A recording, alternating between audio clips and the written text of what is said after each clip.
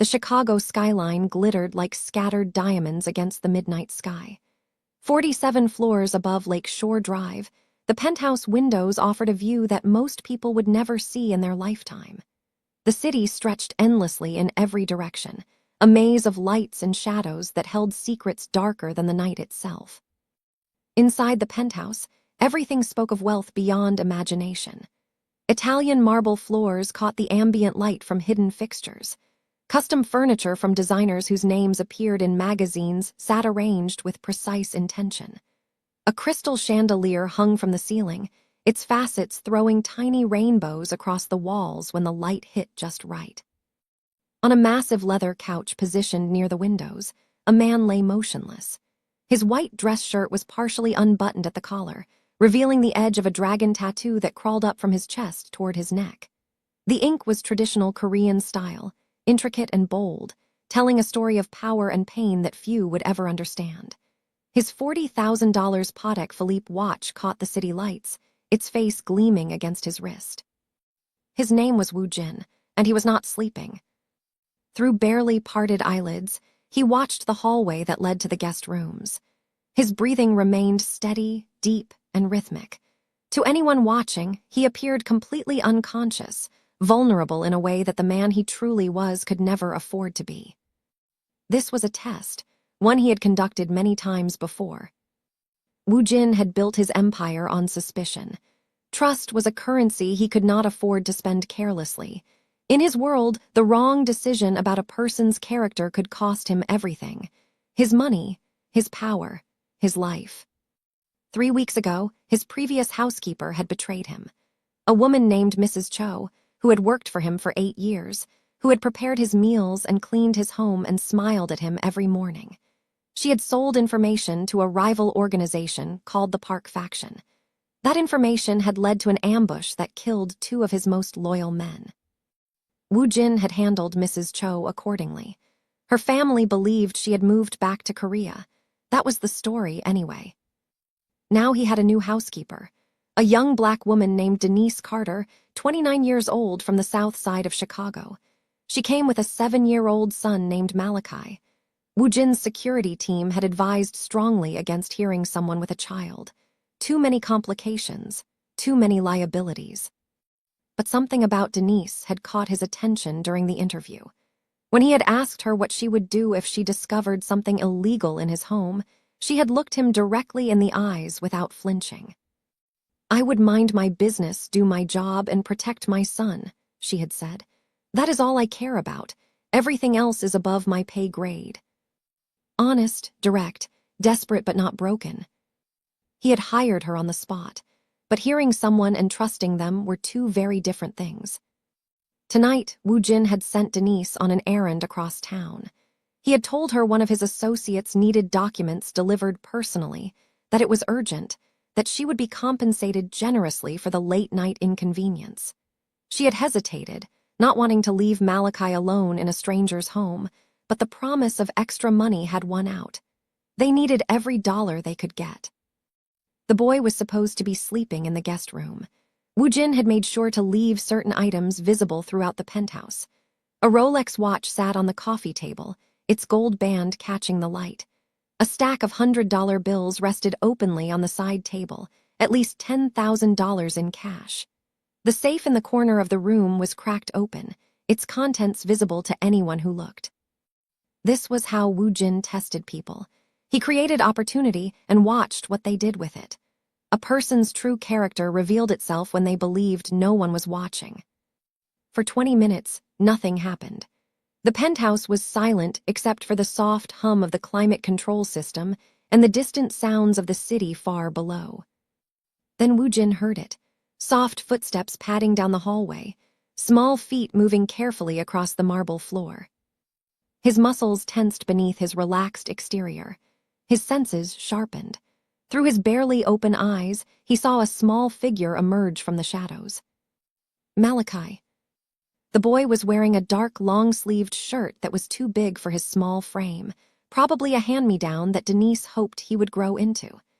His natural curly hair was slightly messy from lying in bed. His brown eyes were wide and curious as he surveyed the living room. Woojin watched and waited. The boy's gaze moved across the room. It passed over the Rolex on the coffee table. It passed over the stack of cash on the side table. It paused briefly on the cracked safe in the corner. Woojin's jaw tightened. Here it comes, he thought. The boy would reach for something. They always did. And then Woojin would know exactly what kind of people he had allowed into his home. But Malachi did not move toward the valuables. Instead, he walked quietly toward the couch where Woojin lay. The boy stood there for a moment, his head tilted to one side, studying the sleeping man with an expression that Woojin could not quite read. Then Malachi turned and walked away. Woojin felt a flicker of something. Disappointment, relief. He was not sure, but the test was not over. The boy might simply be going to get something. A minute later, Malachi returned. He was dragging something behind him, something heavy and awkward for his small frame. Woojin's eyes widened slightly as he recognized what it was. A blanket. A thick, knitted blanket with a gray and white pattern that Denise must have brought from their previous home. The boy struggled with its weight, pulling it across the floor with determination. Woojin's heart rate increased. What was the boy doing? Malachi reached the couch and stopped.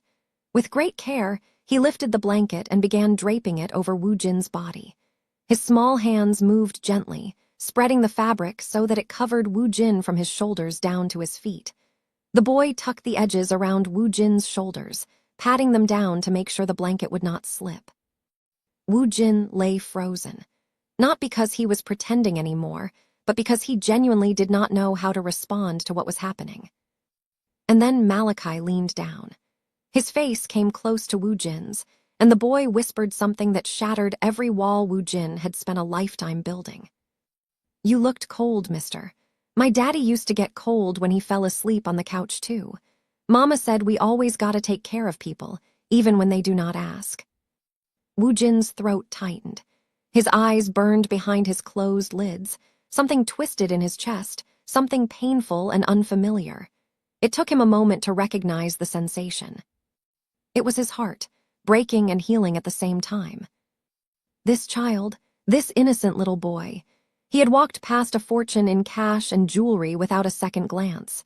He had seen a stranger sleeping on a couch, and his first thought had been to make sure that stranger was warm, not to take, not to steal, but to give. When was the last time anyone had given Woojin something without expecting anything in return? When was the last time anyone had shown him simple, unconditional kindness? He could not remember. Maybe it had never happened at all. Now, before we continue this story, I need you to do something real quick. If you are watching this right now and you are not subscribed, you are literally breaking my heart. I work so hard on these stories, spending hours making sure every detail is perfect, and all I ask is that you hit that subscribe button. It is free, and it helps me more than you know. While you are at it, drop a like on this video and leave a comment telling me what city you are watching from. Okay, now let us get back to this because it is about to get deep. Malachi straightened up, satisfied that his work was done. He looked at Woojin's face one more time, nodded to himself like a little professor approving of his own actions, and then padded quietly back toward the guest room. Woojin lay still for a long time after the boy left. The blanket was warm against his body, carrying a faint scent of fabric softener and something else. Something that smelled like home, like family, like everything Woojin had convinced himself he did not need. His mind raced through memories he had buried years ago. His mother's hands, soft and gentle, pulling a blanket over him when he was small.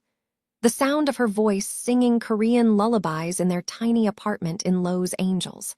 The warmth of being loved without conditions, without expectations. She had died when he was 9 years old. A fire set by enemies of his father had consumed their building and taken her with it. After that, warmth became something Woojin associated with pain rather than comfort. Until now. He sat up slowly, letting the blanket pool in his lap. He ran his fingers over the knitted pattern, feeling the texture of each stitch. Someone had made this blanket with care. Someone had poured time and love into its creation. And Malachi had shared it with a stranger simply because that stranger looked cold. Jin did not know how long he sat there. When he finally rose and walked to his bedroom, the first light of dawn was beginning to color the eastern sky. He did not sleep that night. He could not stop thinking about the boy and the blanket and the words that had broken something open inside him. We always gotta take care of people, even when they do not ask. The next morning, Jin emerged from his bedroom earlier than usual. He had showered and dressed in casual clothes, dark slacks and a simple black sweater, nothing that announced his wealth or status. He moved through the penthouse silently, his bare feet making no sound on the marble floors. He found Malachi in the kitchen. The boy was sitting at the granite island, his legs swinging freely from the tall stool because his feet could not reach the floor. A bowl of cereal sat in front of him, colorful loops floating in milk. In his other hand, he held a worn comic book, its pages soft and creased from being read many times. Malachi looked up when he heard Jin approach. There was no fear in his eyes, no nervousness, just the simple curiosity of a child encountering another person in his space. "Good morning, mister," Malachi said cheerfully. "Did you sleep okay? You fell asleep on the couch. That is not good for your back. My grandma always says that." Jin stopped in the doorway. He was not accustomed to being addressed so casually. His men spoke to him with careful respect.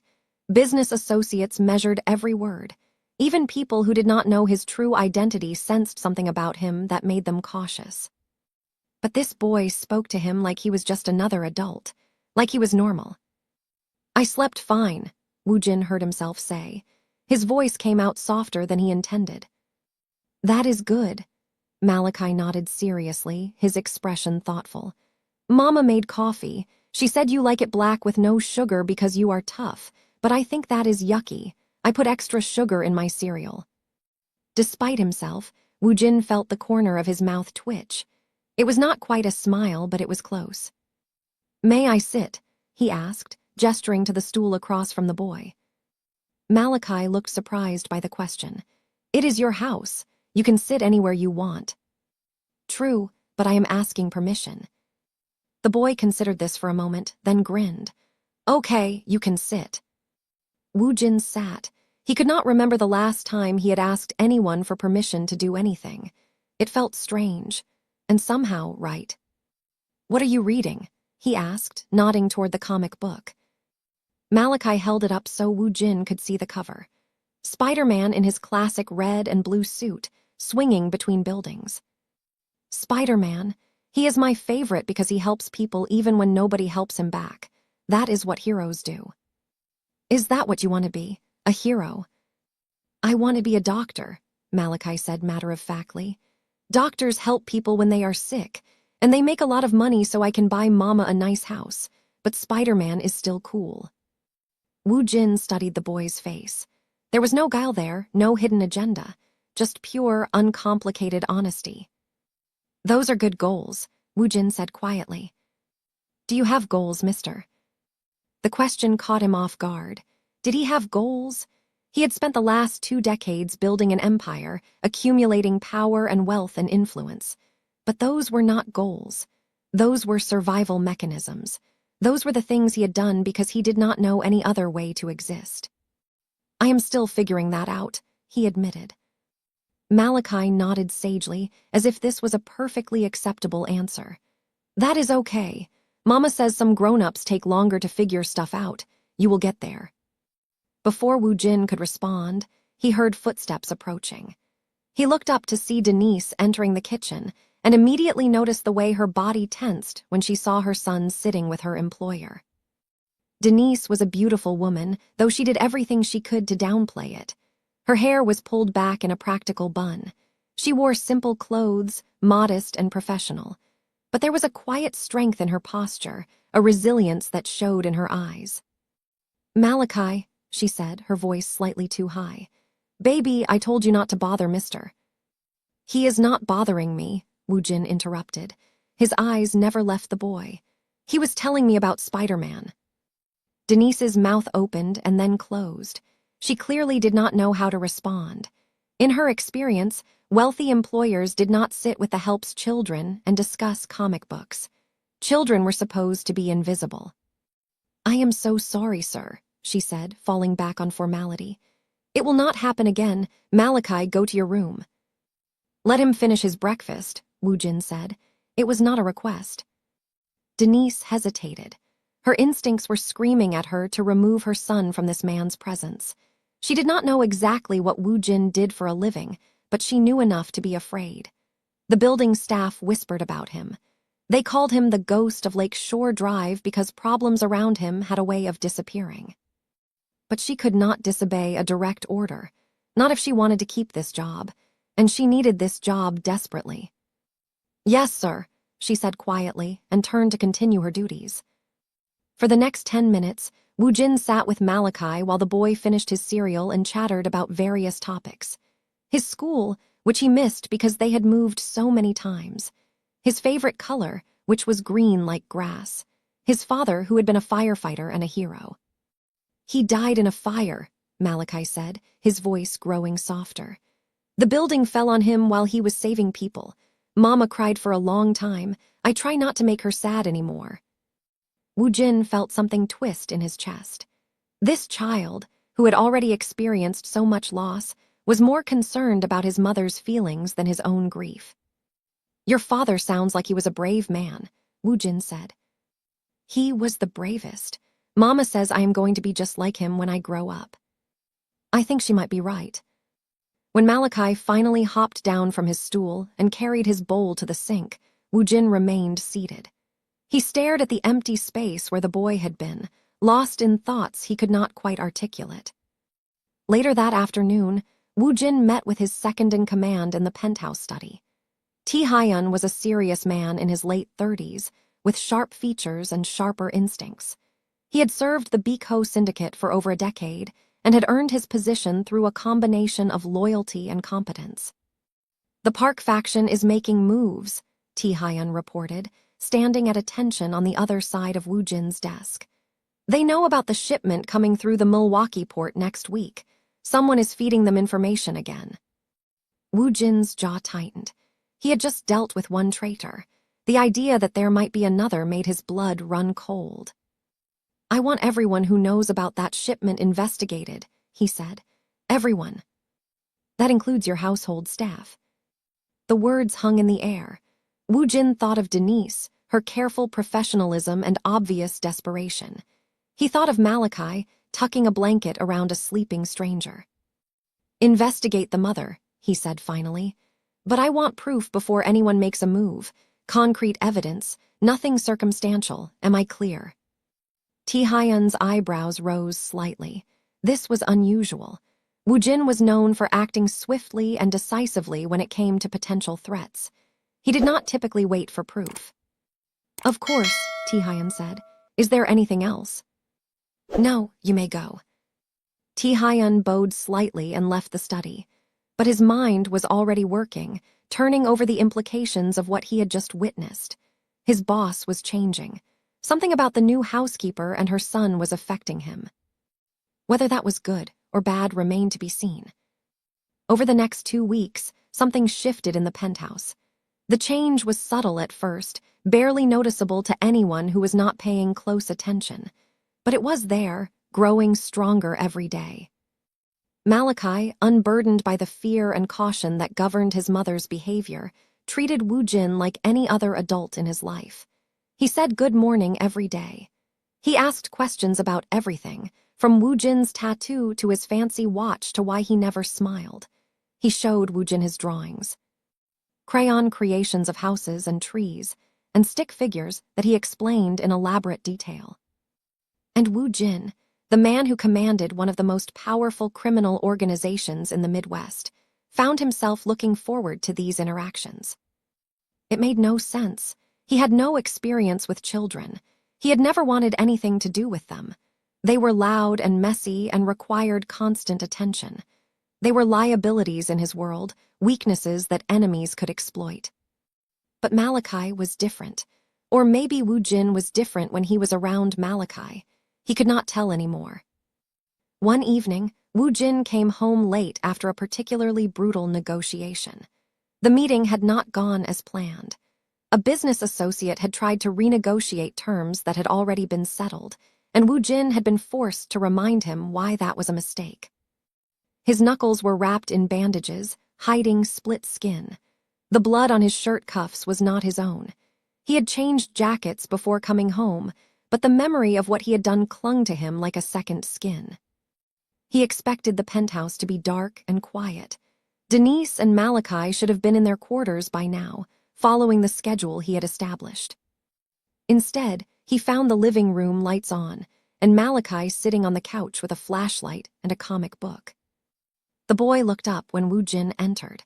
His face brightened in a way that made something ache behind Wu Jin's ribs. "Mr. Wu Jin, you are home. Are you okay? You look really tired." Wu Jin stood in the doorway, momentarily frozen. "I am fine. Why are you still awake? It is late." "I was waiting for you." The boy said it so simply, like it was the most natural thing in the world. "Mama said you might be hungry when you got home, so she left food in the oven, but I wanted to tell you myself." "You waited up to tell me about food." "And to make sure you got home safe. The city is dangerous at night. That is what Mama says. She worries about you." Wu Jin blinked. "Your mother worries about me."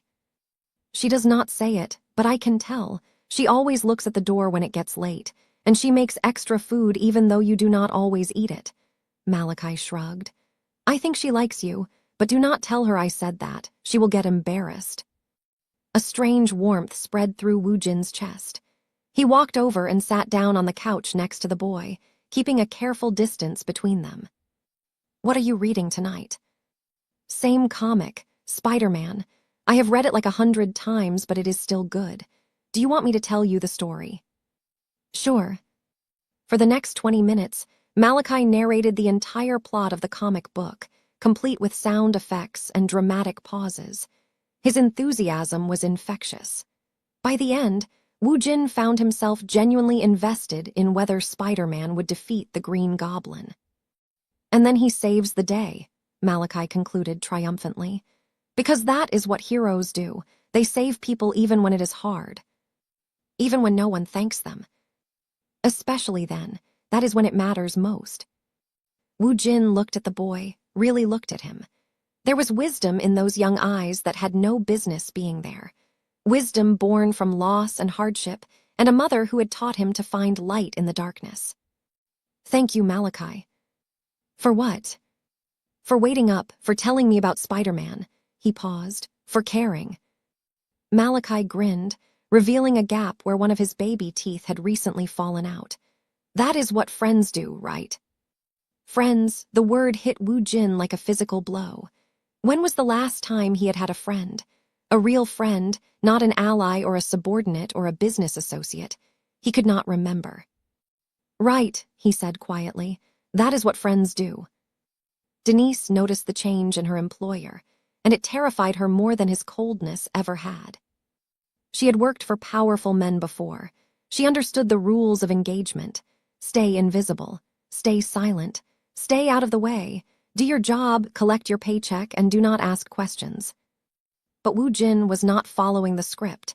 He was paying attention to her son. He was engaging with him.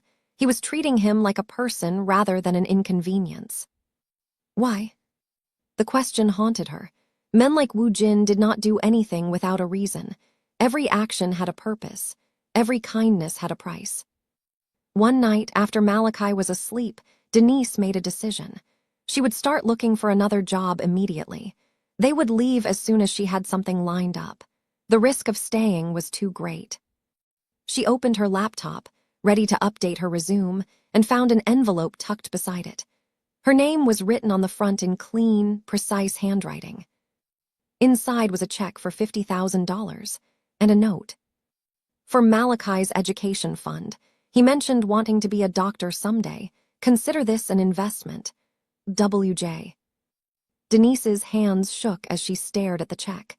$50,000, more money than she had ever seen in her life, enough to change everything for her and her son. But nothing was free.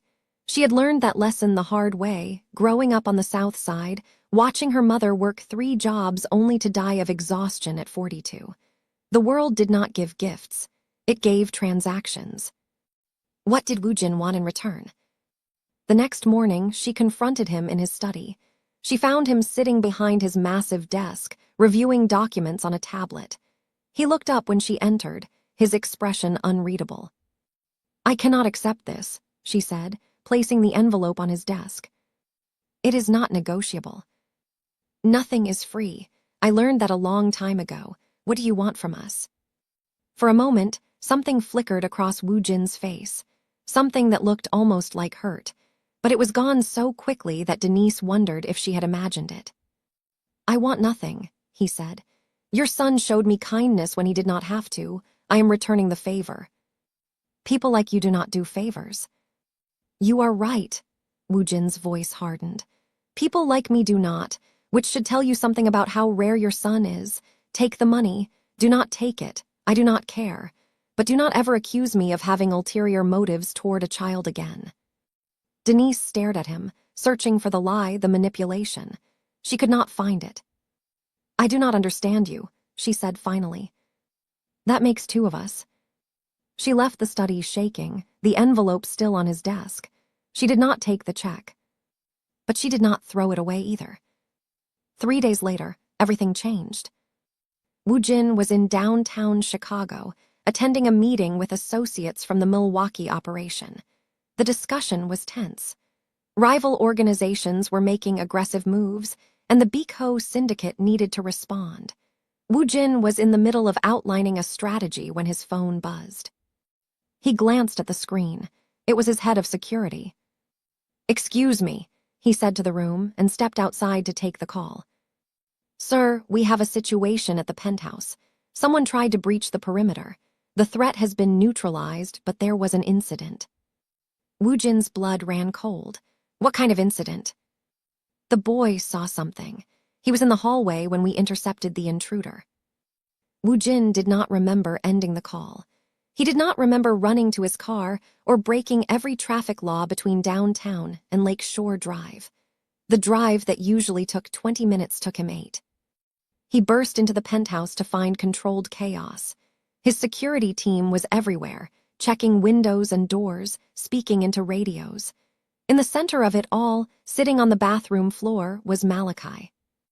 The boy was curled into himself, his knees pulled to his chest, his small body shaking. Denise knelt beside him, her arms wrapped around him, her face streaked with tears. Woo Jin approached slowly, his heart pounding. "Malachi." The boy looked up. His eyes were wide and haunted, holding a look that Woo Jin recognized all too well. It was the look of a child who had seen the monster under the bed and realized it was real. "Are you hurt?" Woo Jin asked, kneeling down to the boy's level. Malachi shook his head slowly. "The bad man had a gun," he whispered. "He pointed it at Mama. The other men came and... You do not have to say it," Woo Jin said gently. "Why do bad people want to hurt you, Mr. Woo Jin?" The question hung in the air. Woo Jin had no answer. For the first time in his life, he had no calculated response, no strategic lie. He just stared at this child who had shown him what pure goodness looked like and felt something he thought he had killed years ago. Shame.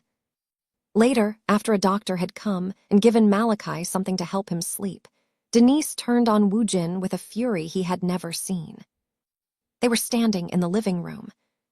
The same room where Malachi had covered him with a blanket just weeks ago. But now, the warmth of that memory was drowned by the horror of what had happened. "We are leaving," Denise said, her voice shaking with rage. "Tonight. I do not care about the job, the money, any of it. You have put my son in danger." "If you leave, you will be in more danger," Woo Jin said quietly. "The people who came tonight, they saw your faces. They know you live here. They will use you to get to me." "So what? We are prisoners now." "You are protected. There is a difference." "Is there?" Denise's eyes filled with tears. "My husband died trying to save people. I will not let my son die because some rich criminal has enemies." The word hit Woo Jin like a physical blow. Criminal? He was a criminal. He had known this about himself for years, but hearing it from her lips made it feel different. Uglier, more shameful. "I will keep him safe," he said. "Both of you, I swear on my life." "Your life," Denise laughed bitterly. What is that worth? More than you know. I have not had a reason to protect it in years. He paused, his voice dropping. Now I do. The confession hung in the air between them, raw and unguarded. Denise stared at him, trying to find the lie, the manipulation. She could not. The following days were tense. Woo Jin increased security around the penthouse. He relocated Denise and Malachi to a safer wing of the building, with multiple checkpoints between them and any potential threat. He assigned personal bodyguards to both of them. But he knew that security measures were not enough. To earn their trust, he would have to give them something he had never given anyone. The truth. One evening, after Malachi was asleep, Woo Jin asked Denise to join him in his study. She came reluctantly, her posture stiff with distrust. I owe you an explanation, he said, gesturing for her to sit. You deserve to know who I am. I know who you are. You are a criminal, that is all I need to know. That is what I do, it is not who I am. He paused. Please let me explain. Denise hesitated, then sat down. She did not take her eyes off him. Woo Jin began to talk. He told her about his childhood in Koreatown, Lowe's Angels. His mother, a seamstress who worked 18-hour days to keep food on the table. His father, a low-level runner for a syndicate that no longer existed. He told her about the fire when he was 9 years old, set by rivals of his father as a message. I was at school when it happened, he said. By the time I got home, there was nothing left, just smoke and ashes and my mother's body. Denise's expression softened slightly, but she did not speak. He continued.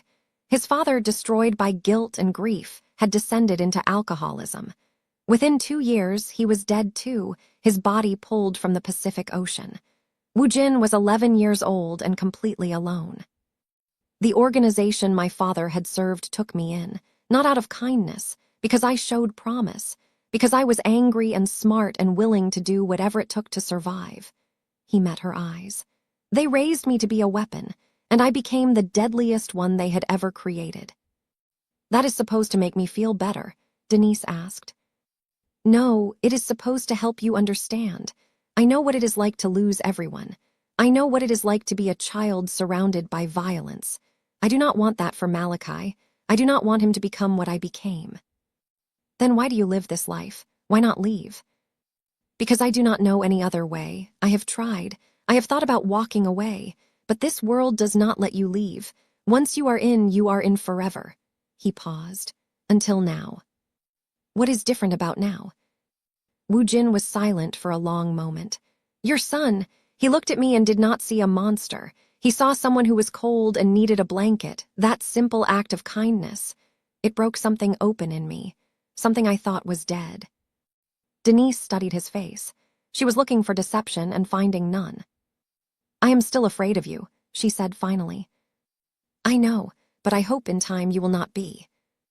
The investigation into the penthouse attack produced results faster than Woo Jin had expected, and the findings made his blood run cold. The mole was not a stranger. It was Yi Sung, one of his most trusted lieutenants, a man who had served the Biko syndicate for 15 years, a man Woo Jin had treated like a brother. Yi Sung had been feeding information to the Park faction for months, motivated by promises of power. Once Woo Jin was eliminated, Yi Sung would take his place. That was the deal. But the betrayal went even deeper. The attack on the penthouse had not been random. It was a test. Yi Sung wanted to see how Woo Jin would react, who he would prioritize. When Woo Jin had rushed home to protect his housekeeper and her son, he had revealed his weakness. They know about the woman and the boy, T. Hyun reported during their emergency meeting. They are planning to use them as leverage, kidnap them, hold them, force you to make mistakes. Woo Jin's hands clenched into fists. The dragon tattoo on his chest seemed to pulse with rage. When? Soon, within the week, based on the intelligence we have gathered. Then we move first. Woo Jin, T. Hyun hesitated. You should consider sending them away, somewhere safe, somewhere you cannot be connected to. No, the answer was immediate, instinctive. They stay with me. I protect what is mine. T. Hyun's eyebrows rose. Yours. Wu Jin did not respond, but they both understood the implication of that word. That night, Denise overheard a conversation she was not meant to hear. She had been coming to deliver a message when she heard voices in the study. Wu Jin and Ti Hyun were discussing the situation. She heard names she did not recognize. She heard terms like elimination and disposal. She heard them discussing bodies and operations and a war that was coming. Her hand flew to her mouth as the full picture came into focus. This was not just a wealthy man with enemies. This was the head of a criminal empire. The deaths he had caused were not abstract. They were real, countless. She confronted him at midnight, her voice shaking with rage and fear. You killed people. You have ordered people killed. And you have been playing house with my son like you are some kind of. Monster, Wu Jin finished. I know what I am. Then how dare you? How dare you let him get attached to you? How dare you let me? She stopped, horrified by what she had almost admitted. Let you what, Denise? Nothing. We are leaving, tonight. I do not care about the danger. Wu Jin stepped closer. His presence was overwhelming but not threatening, not to her. If you leave, they will find you. They will use Malachi to break me, and then they will dispose of both of you. Is that what you want? I want my son to have a normal life. Normal? Wu Jin's laugh was bitter. There is no normal, not for people like us, not for anyone who has ever been touched by this world. The only choice is who you let protect you. Denise stared at him, tears streaming down her face.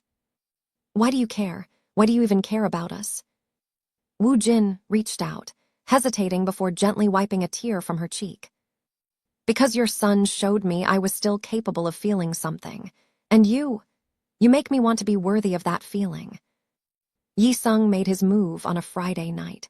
He coordinated attacks on 3 of Wu Jin's businesses simultaneously, while sending a team to the penthouse to capture Denise and Malachi. But Wu Jin was ready. He had relocated Denise and Malachi to a safe house in Naperville, a quiet suburb 30 miles west of Chicago. The house looked ordinary from the outside, a modest colonial in a neighborhood full of families. But inside, it was a fortress. Bulletproof windows, reinforced doors, security personnel disguised as landscapers and mail carriers. Wu Jin had tripled the protection. He had set traps for the traitors, and he had prepared himself for battle. The fight was brutal. Yi Sung's forces hit the businesses hard. Wu Jin's men were outnumbered at first, but they were better trained and more motivated. They fought for their leader. They fought for the organization that had given them purpose. They fought because they believed in Wu Jin. Wu Jin himself led the counterattack on the downtown location. He moved through the chaos like a force of nature, dispatching enemies with a ruthless efficiency that reminded everyone why he had risen to power. He was not just a businessman or a strategist. He was a warrior. By dawn, the tide had turned. Yi Sung's assault had been crushed. The Park faction was in disarray, and Yi Sung himself had been captured, dragged before Wu Jin like a dog. They faced each other in an empty warehouse on the outskirts of the city. Morning light filtered through dirty windows, casting long shadows across the concrete floor. You should have killed me when you had the chance, Yi Sung spat. Blood dripped from his mouth where someone had hit him. His hands were bound behind his back. Now the old ways will die with you. You have gone soft. Everyone sees it. That woman and her kid, they have made you weak. Wu Jin looked at the man he had once trusted. The man who had shared meals with him, fought beside him, celebrated victories with him. The man who had betrayed everything. You think caring about someone makes me weak? Wu Jin asked quietly. You are wrong. It gives me something I have not had in years, a reason to win, a reason to build something instead of just destroying. He leaned down, bringing his face close to Yi Sung's. But you are right about one thing. The old ways are dying, starting with you. Victory came at a price. Several of Wu Jin's loyal men had died in the attack. His businesses, though saved, were damaged. His reputation, though intact, was scarred. But none of that mattered as he drove to Naperville. The sun was setting as he pulled up to the safe house. The sky was painted in shades of orange and pink, a beautiful contrast to the ugliness of the night before. He sat in the car for a long moment, staring at the ordinary house that held the two people who had become his world. Malachi saw him through the window and came running. The boy burst through the front door and launched himself at Woo Jin, wrapping his small arms around his waist. "You came back. Mama said you would, but I was scared. Are you okay? You look hurt." Woo Jin lifted the boy into his arms, holding him close. "I am okay now. I am okay." Denise stood in the doorway, arms crossed, tears in her eyes. Her expression was complicated, a mixture of relief and fear and something else that Woo Jin could not quite identify. "Is it over?" she asked. "This part is, but I need to tell you both something." He set Malachi down and led them inside. They sat together in the modest living room, sunlight streaming through the windows. Woo Jin took a deep breath. "Malachi, do you remember when you covered me with that blanket, when you thought I was sleeping?" "Yeah, you looked cold." "I was not sleeping. I was pretending. I wanted to see what you would do." Malachi's face scrunched in confusion. "That is weird. Why?" "Because I did not trust anyone. I thought everyone wanted to hurt me or take from me, but you did not do either of those things. You just cared, for no reason. And that changed everything for me." Woo Jin looked up at Denise. Her eyes were wide, her lips parted. "I am not a good man," he continued. "I have done things that can never be forgiven, but your son showed me that goodness still exists, and you showed me that it is worth fighting for." He took another breath. This was the hardest part. "I am going to change, not overnight, not perfectly, but I am going to try. I am going to build something legitimate, something I can be proud of, something," he paused, gathering courage, "something you could be part of if you want." The silence stretched between them. Denise's face was unreadable. "If you ever put my son in danger again," she said slowly, "I will end you myself. I do not care how powerful you are." Woo Jin nodded solemnly. "I believe you. And I want everything. The truth always, no more secrets." "You will have it.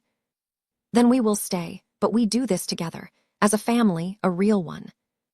For the first time in as long as he could remember, Woo Jin smiled. A real smile, one that reached his eyes. A family. 1 year later, the penthouse on Lake Shore Drive looked completely different. The cold, sterile luxury had been replaced with warmth. Family photos lined the walls, chronicling a year of healing and growth.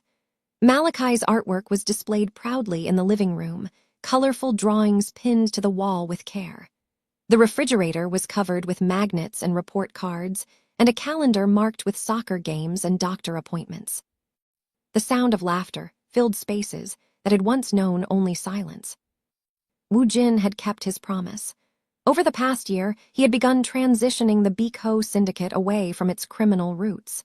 The illegal operations were slowly being phased out, replaced by legitimate businesses.